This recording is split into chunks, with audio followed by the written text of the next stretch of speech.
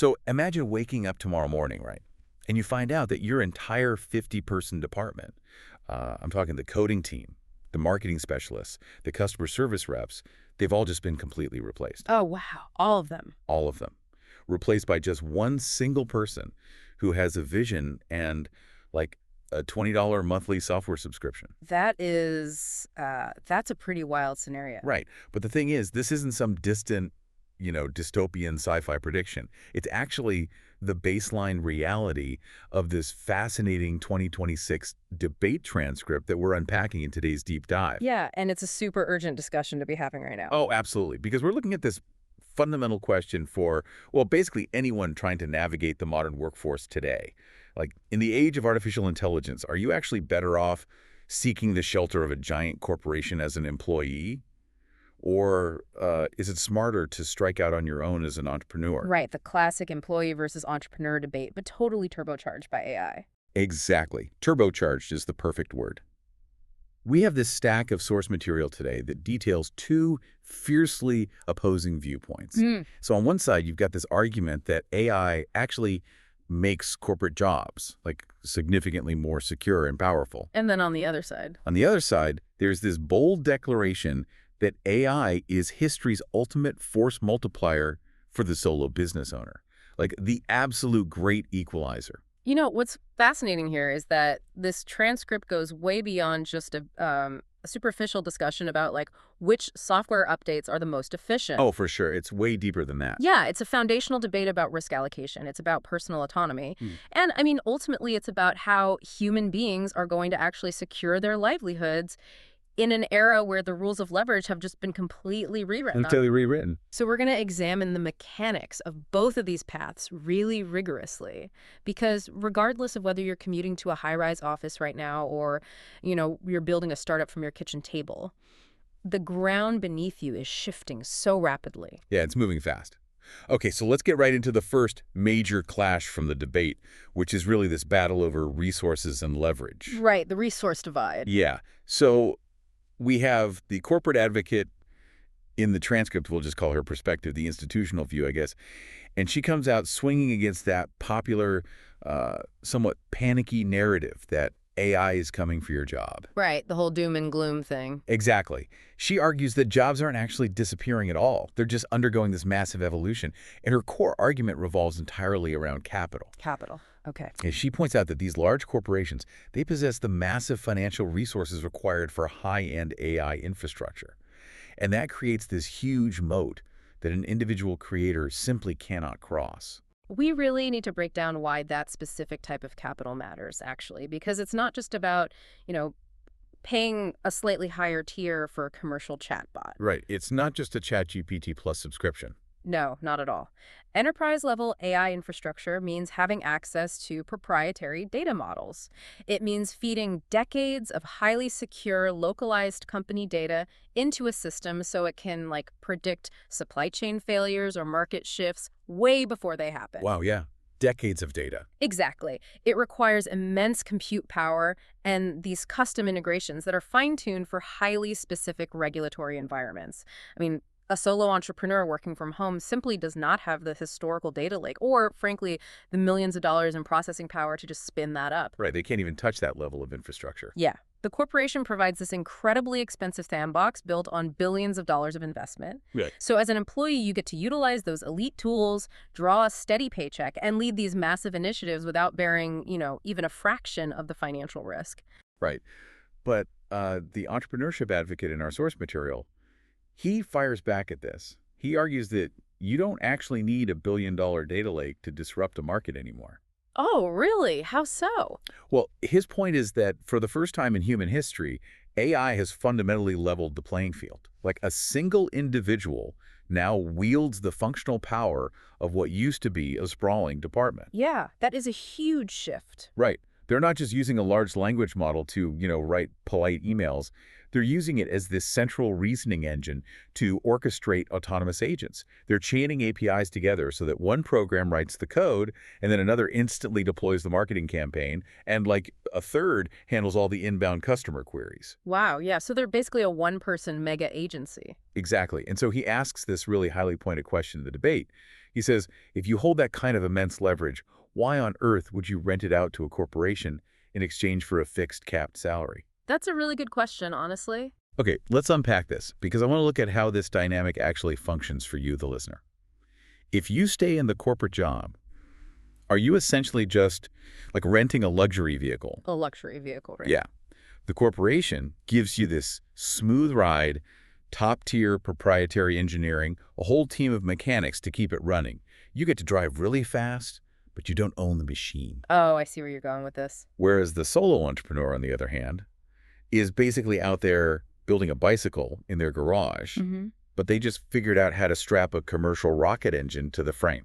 That is, the mechanics of that analogy actually hold up really well, especially when you think about maintenance and control, Right. because that corporate luxury vehicle has proprietary safety sensors, compliance layers, legal teams monitoring every single turn. You basically just sit in the driver's seat and steer the project. Yeah, it's a very comfortable ride. Super comfortable, but the rocket-powered bicycle, that is going to be a profoundly bumpier ride. I mean, it goes incredibly fast, and yeah, you own it outright. But every single nut and bolt of the execution is completely on you. Totally on you. If a component fails at Mach 2, you absorb the entire impact. Right, but that assumes the corporate vehicle is actually as safe as it appears. I want to push back on the pro-employment side of the transcript for just a second here. Oh, absolutely. Let's do it. Because the entrepreneurial advocate, he makes this really piercing point about the illusion of stability. He argues that the perceived safety of a corporate job basically means nothing if an internal algorithm can simply step in and, optimize your specific role away tomorrow. Yeah, that's the nightmare scenario. Exactly. If your position in that nice luxury vehicle can be automated just to save the company a few bucks, how much shelter are you really getting? That tension points to a really historic shift in how we define leverage, because historically, leverage was defined strictly by capital. Right, like money and physical assets. Exactly. Who owned the factories? Who owned the global server farms? But now, leverage is rapidly shifting from capital to mere access. Even without those massive enterprise-level data silos, the baseline reasoning capabilities of widely available AI models are so extraordinarily powerful now. Oh, for sure. They're incredible. So the gap in execution between a giant multinational firm and a solo operator working from a coffee shop has shrunk to just a tiny fraction of what it was a decade ago. You no longer need to own the factory to manufacture a digital product. You just need to know how to sequence the right prompts. Yeah, and having that kind of unprecedented power right at your fingertips, I mean, it sounds incredibly liberating. Totally liberating. But deploying all that power without any institutional protection, that introduces a completely new kind of vulnerability. And that actually brings us directly to how these two opposing sides view catastrophic risk. Oh, the safety net versus the speedboat. Exactly. Let's look at the actual stakes when things just go horribly wrong. Risk management is really where we see the starkest mechanical contrast in this entire debate. Because, I mean, consider the sheer scale of the tools we're discussing here. Let's say an AI workflow makes a catastrophic legal error. Okay, like what? Suppose it hallucinates a terrible piece of financial advice that automatically goes out to thousands of clients. Or maybe it inadvertently scrapes and infringes upon copyrighted material to generate a massive public-facing marketing campaign. Oh, yikes. Yeah, that would be a disaster. In a corporate environment, the company's legal department absorbs that shock. Yeah. The organization handles the complex ethical fallout. They deal with the lawsuits, the infrastructure liabilities, all of it. Right. They have armies of lawyers for that exact reason. Exactly. And that corporate shield is what gives the employee the psychological safety to actually experiment with these models in the first place. Right. Whereas for a one-person AI business, that exact same copyright infringement error doesn't just mean like a bad quarter for the company. It means total, absolute ruin. Complete ruin. Yeah, there is no legal department to pass the lawsuit off to. Your personal livelihood is completely exposed. Precisely. The institution functions as an existential shock absorber. It allows the individual to specialize and push the boundaries of AI deployment precisely because the corporation is the entity carrying the legal burden of failure. But the source text shows the entrepreneur completely flipping this vulnerability into an argument for survival. Oh, really? How does he spin that? Well, he compares large corporations to monolithic software architecture. Like, they're deeply intertwined and highly stable, sure. But if you want to deploy a single new AI feature or pivot your strategy, it requires like 6 months of committee Oh, reviews. yeah. The bureaucracy is real. Exactly. Extensive stress testing across the entire organization just so nothing breaks. But the solo entrepreneur, they operate like a microservice. They're a small, totally self-contained unit. Ah, I see. A speedboat. Right. They can spot a shift in the market in the morning, rip out an obsolete AI workflow before lunch, and plug in a completely new business model by the afternoon. And they do it all without asking a single person for permission. Okay, that microservice agility does sound fantastic on paper. Yeah, it sounds amazing. But moving fast and breaking things is only thrilling until you break something you literally can't afford to fix. That is very true. So I have to ask, what happens when that agile microservice hits a regulatory wave it didn't see coming? Like, say, a sudden, sweeping change in international data privacy laws. Oh, that would wipe them out. Right. So is the pure freedom from having a corporate boss actually worth the existential dread of shouldering 100% of that legal and ethical liability, like every single day? If we connect this to the bigger picture, this is the ultimate trade-off you really have to evaluate for your own career trajectory. It's the friction between institutional safety and market agility. Institutional safety versus market agility. Right. The monolithic corporation is not going to sink easily, but its sheer mass prevents it from changing course when consumer demands shift overnight. It's trapped by its own momentum and its own regulatory caution. Yeah, it's an oil tanker. Exactly. While the solo microservice, the speedboat, can catch every single new wave, but it is entirely unprotected from the elements. You have to ask yourself what your personal threshold for risk actually is, especially in a technological environment that is compounding exponentially faster than any government regulatory body can possibly legislate. Yeah, it's a staggering level of freedom, but it demands a completely different kind of vigilance. And whether you choose to navigate the monolithic corporation or the agile microservice, both of those paths require entirely rethinking the actual skills you use on a daily basis. Oh, absolutely. The required skill set is shifting dramatically. Right. You can't just execute anymore. You have to predict. Right. Which brings us to the debate over the evolution of the worker. The transcript introduces this concept that completely redefines modern labor. They call it the hypergeneralist. The hypergeneralist, yeah, this is a structural inversion of basically everything the labor market has demanded for the last century. How so? Well, for decades, the global economy rewarded intense hyperspecialization, right?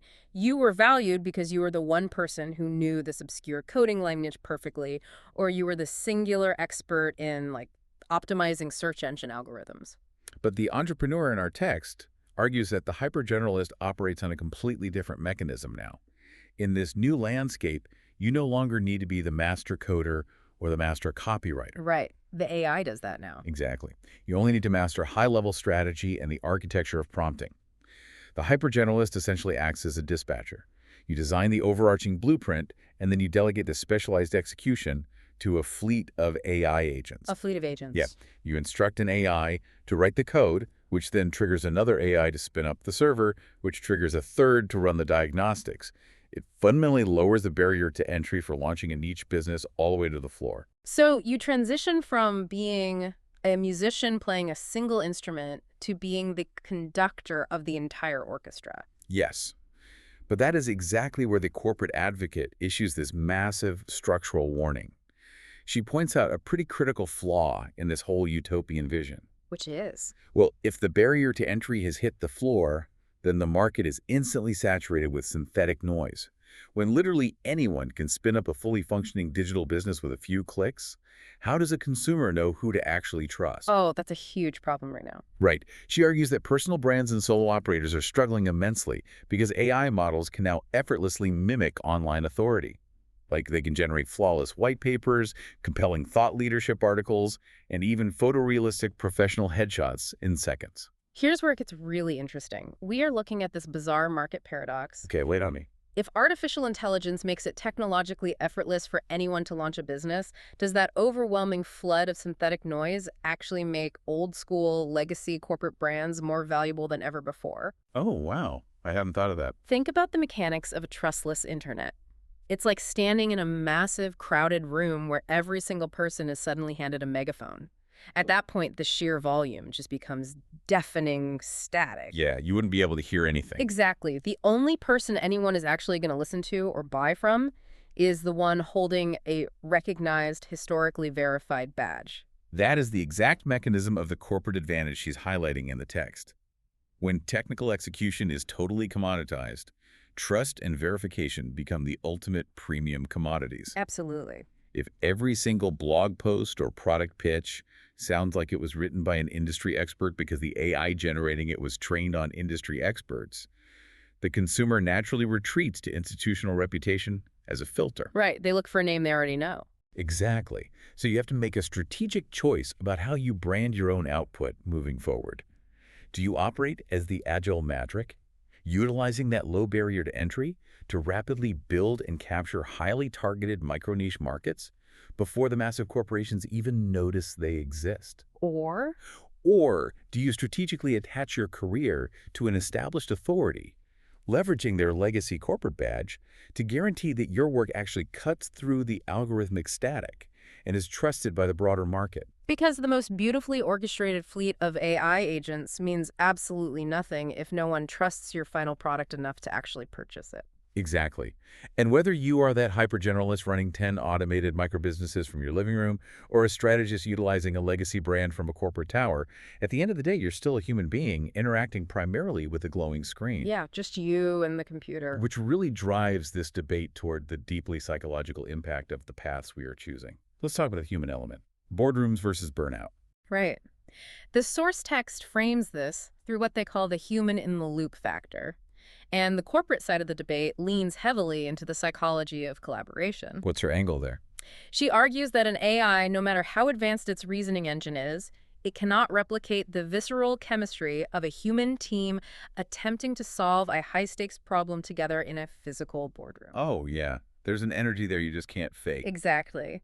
The friction of debate, the shared tension of an approaching deadline, the collective relief when a solution is finally found, these are core human drivers. Her warning is that solo business owners risk a severe creeping isolation. Creeping isolation. Yeah.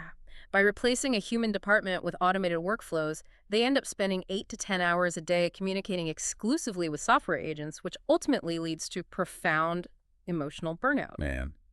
But the entrepreneur, he aggressively defends the solo path against this. Yeah. He argues that the modern corporation is actually where humanity is being systematically dismantled. Oh, that's a strong claim. How so? Well, he points out that corporate collaboration is increasingly mediated by AI-driven key performance indicators, or KPIs. Like, we're talking about the actual intrusive mechanics of modern management. Oh, right. The surveillance software. Yes. Software conducting semantic analysis on your internal emails just to gauge your engagement, or algorithms tracking your keystroke pacing to measure productivity against a rigid quota. That sounds miserable, honestly. It does. So he counters that in his solo business, he deliberately delegates the repetitive, automated tasks to AI precisely so he can reclaim his time. He uses that reclaimed time to have actual face-to-face interactions with his human clients.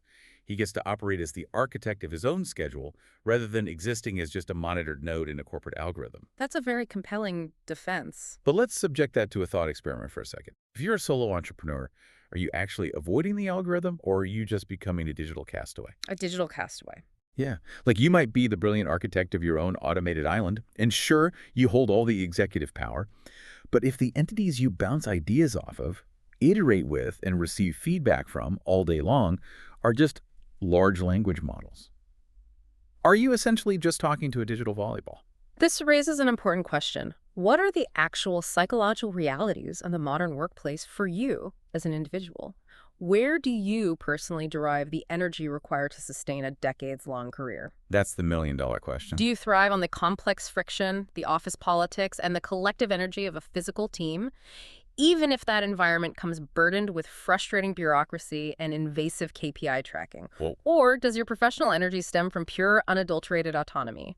Even if claiming that autonomy means you must bear the heavy, quiet weight of isolation and serve as the final decision maker for literally every crisis. it's an incredibly heavy choice, and it relies entirely on knowing your own psychological limits. We've mapped out the mechanics of both sides today, from how enterprise data lakes contrast with agile APIs to the heavy legal liabilities, the pivot from specialization to strategy, and the deep psychological toll of both corporate surveillance and solo isolation. We covered a lot of ground. We did. So I think it's time to synthesize these arguments into actionable takeaways for your own career trajectory. Let's extract the final directives from the two debaters in our source material.